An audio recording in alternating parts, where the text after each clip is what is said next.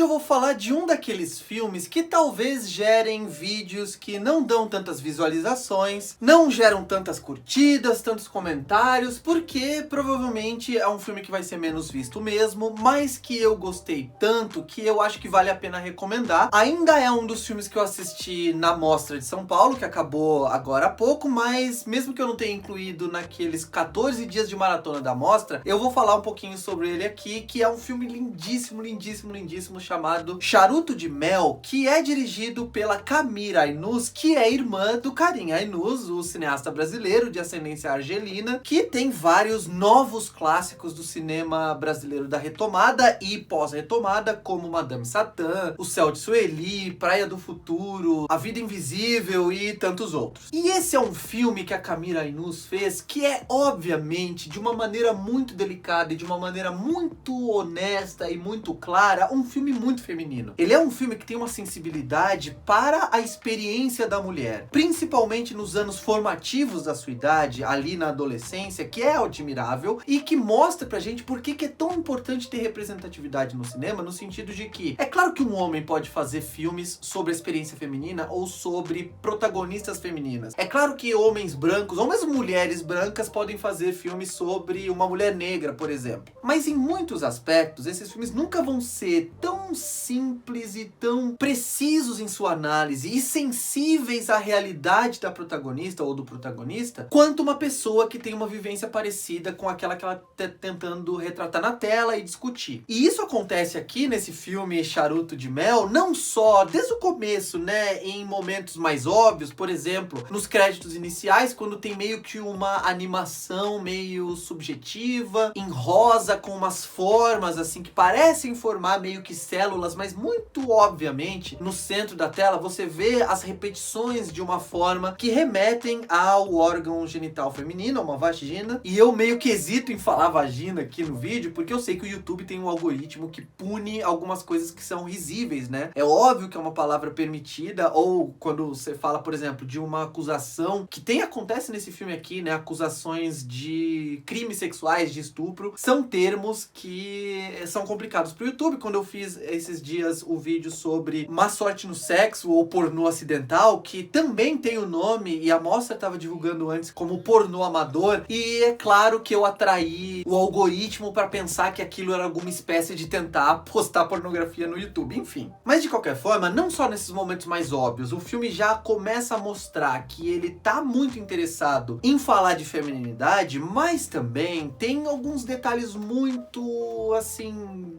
discretos e muito que podem passar despercebidos de muitos espectadores, mas que são uma maneira muito sensível, delicada de falar das questões daquela protagonista. Mas primeiro, a história é basicamente uma moça adolescente argelina, cuja família, né, uma família pequena, são os pais e ela, vivem na França no começo dos anos 90, num momento que, assim como voltou a acontecer alguns anos atrás, a Argélia estava passando por revoltas populares e por um processo de islamização muito forte que assustava boa parte da corrente mais democrática e mais progressista, entre muitas aspas, porque seria um progressismo dentro da realidade, obviamente, de um país como aquele. E esse movimento, claro, começou a assustar esse pessoal mais progressista e gerar pavor, e claro que muita gente acabou indo para uma diáspora, saindo do país, virando imigrantes e muitas vezes refugiados. Não é o caso deles aqui, eles são imigrantes, inclusive a protagonista está em processo de começar a estudar numa escola francesa, ela passa por um processo lá seletivo e tal, pra faculdade. E óbvio que ela começa a conviver com pessoas francesas e conviver com a cultura ocidental e se envolver com um cara, né, que é francês, e é óbvio que ela vai começar a ter um choque de cultura entre a cultura da família dela, que é claro que ela, como uma geração mais nova, millennial ou pré-millennial ali, né, se a gente for pensar no começo dos anos 90, uma adolescente naquela época, e é claro que ela também tem já um pensamento muito mais contemporâneo do que os pais e muito mais ainda do que os avós ou outras gerações em relação à religião, costumes. E esse é um filme sobre choque de cultura que às vezes, sabe aquele filme, você sabe, você já viu filmes assim, em que você fica chocado. Tem coisa, você vê, meu Deus, essa menina tem 17 anos, ela é virgem e eles estão falando de casamento dela, tentando arranjar casamento. É assustador pra nós do ocidente pensar no que tá acontecendo com aquela menina, e o filme lida com esses conflitos de uma maneira muito consistente, de uma maneira muito forte. O arco dramático que essa protagonista vai enfrentar, ele não só é muito palpável, ele não só é muito incrível, muito convincente, muito tocante, quanto também a diretora, que também é roteirista do filme, ela faz isso sem que em nenhum momento a protagonista ou qualquer outro personagem precise verbalizar o que ela tá sentindo, verbalizar os conflitos, os sentimentos contraditórios muitas vezes, mas a gente vê isso através não só das interações, das situações, dos problemas que ela tem que resolver, quanto também da interpretação da Zoe Adjani, que é uma atriz magnífica, espetacular. A atuação dela aqui é uma das atuações mais fantásticas do ano. Tem um momento que algo acontece e eu talvez tenha que entrar em terreno de spoilers aqui, fiquem avisados. Não é um grande spoiler, mas é algo que eu acho importante para compreender sobre o que o filme tá falando. Tem um momento em que a protagonista passa por uma experiência de, claro, ela é obrigada a se afastar do cara com quem ela tava saindo, e é óbvio, ela passa por todo aquele constrangimento da primeira transa. É uma cena muito tocante, porque a primeira transa é óbvio que é desconfortável, é óbvio que é embaraçosa, que tem um monte de autoconsciência, né? A pessoa se sentindo desnudada mesmo, se sentindo fora do ninho. E é uma cena que mostra muito isso, ela não glamoriza, mas também não demoniza esse tipo de atividade, e principalmente o cara, que é muito legal da diretora, né? O cara, ele não é um aproveitador que tá tentando, não, ele se interessa por ela, ele faz algumas coisas, e ele fala algumas coisas, mesmo sendo ele o mais legal dos caras com quem ela se relaciona, ele faz coisas e fala coisas que são absurdas, que são idiotas, que você fala, caramba, meu, olha o que você tá falando pra menina, que você tá gostando, sabe? Como que você trata uma mulher assim? Mas o filme, ele é muito, muito, muito sensível, a direção é muito sensível, e a atuação da Zoe Adjani, porque tem um momento, claro, e esse é o spoiler que eu vou revelar, que eu falei anteriormente, ela é abusada, ela é estuprada, esse é o termo, e eu vou falar, se o algoritmo do YouTube não distribuir esse vídeo pra ninguém, pelo menos quem chegar até aqui vai ter uma análise mais clara e mais completa, por um cara da religião dela e que é apoiado pelos pais. Então, o que o filme tá discutindo, de uma maneira muito sensível, é não só o processo de coming of age, de amadurecimento, de vencer as próprias barreiras, de vencer as próprias vergonhas, embaraços, constrangimentos que qualquer adolescente passa, quanto também mostrar como muitas vezes o fundamentalismo religioso, ele alimenta a cultura do estupro, porque ele prende tanto as pessoas e ele coloca tanta opressão em relação a sexo, porque tem vários setores de qualquer religião, cristianismo, islamismo, qualquer um, que acaba virando uma facção de opressão sexual, que acaba fazendo com que ela entre num desequilíbrio. Então ela tem relações que são nada saudáveis, ela é vítima de um abuso grotesco, bizarro, brutal, porque os pais e todo aquele contexto da religião falhou em observar onde estava o risco verdadeiro. Porque esse cara, que é um algoz e que deveria ser punido pelo que ele fez, ele também parte de uma mentalidade que foi forjada por anos e anos e anos daquela construção ideológica dentro daquele pensamento que inverte valores e que faz com que as pessoas achem que o grande mal é ela sair à noite e não voltar depois das 11 horas, porque ela vai ter contato com pessoas do ocidente que são infiéis, blá, blá, blá, blá, blá, blá. Inclusive, isso é uma cena real do filme, que é uma cena que você fica, meu Deus, que absurdo, né? Que é quando o pai dá um chilique, fica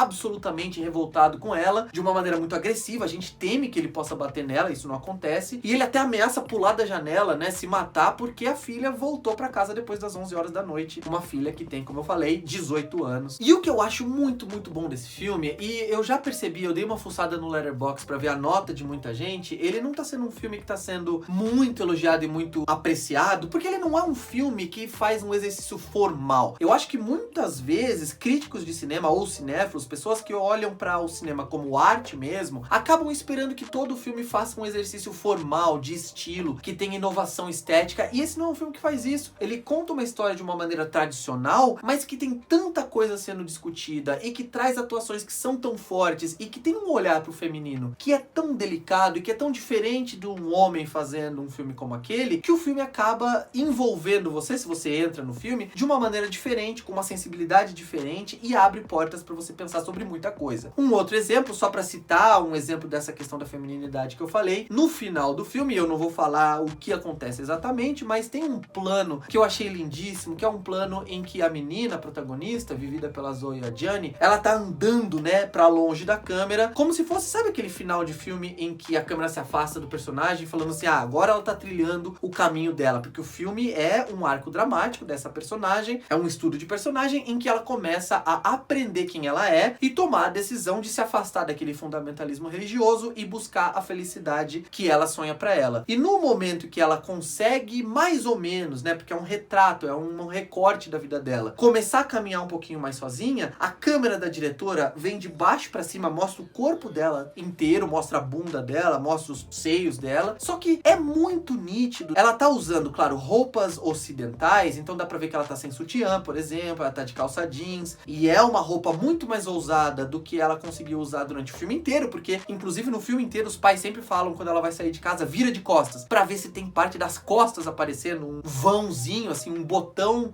que não tá abotoado nas costas, por exemplo. E é muito claro nesse plano que não é um homem fetichizando o corpo da atriz e da personagem, mas na verdade é uma mulher mostrando detalhes que não precisam ser necessariamente daquele jeito, não é aquilo que vai gerar libertação pra ela, mas aquilo já é um sinal de uma mudança de pensamento, tá vendo? Ela já tá conseguindo ganhar a própria vida e tá conseguindo ganhar um pouco mais de controle sobre a própria personalidade e sobre o próprio estilo, sobre a própria maneira de se portar no mundo. E a interpretação da atriz é maravilhosa, porque a gente vê, por exemplo, na hora que ela foi estuprada, logo no dia seguinte a gente vê ela sentada ali no banco de fora da faculdade, e ela não tem uma atuação que é overacting, né, que é exagerada, que é extrema, não, é sempre num tom, numa tonalidade mais sutil, mais equilibrada, só que as oscilações dela, você bate o olho nela, você vê que ela tá morta por dentro. Ela conversa com as pessoas, mas pelo olhar, pelo jeito, ela não tá exagerando, mas ela tá nitidamente, assim, transmitindo a sensação da protagonista de uma maneira muito eficiente. E nesse plano que eu falei no final, e é claro que isso tem variações ao longo do filme, ela consegue fazer essa transição, esse arco, essa evolução, esse desenvolvimento da personagem de uma maneira muito doce, de uma maneira muito competente. Naquele momento do final que eu falei, do plano dela caminhando assim, né, se afastando da câmera, você consegue ver que já tem um pouco daquele peso todo saindo das costas dela. É um filme muito sensível, que discute assuntos que já foram abordados pelo cinema 1 milhão de vezes, mas de uma maneira especial, de uma maneira que vale muito a pena, porque é sensível, é doce e com certeza vai fazer você pensar em algumas questões que o filme está discutindo e desenvolver empatia por essa personagem de uma maneira que eu acredito que é totalmente mérito da cineasta e também da atriz que interpreta a protagonista. Mas o filme vai lançar, eu resolvi fazer esse vídeo porque o filme vai ser lançado no Brasil pela Imovision nos cinemas. Se você assistiu ao filme, vem aqui dizer o que você achou, concorda ou não concorda com os pontos que eu apresentei nessa crítica. Como eu sempre peço, curtam esse vídeo, se inscrevam no canal, divulguem esse vídeo pros amigos, mandem grupo, né? Você tem grupo de cinéfilos, grupo de gente que gosta de cinema no WhatsApp, no Telegram, manda lá, compartilha, e eu acho que hoje eu vou ficando por aqui. Um abraço, tchau!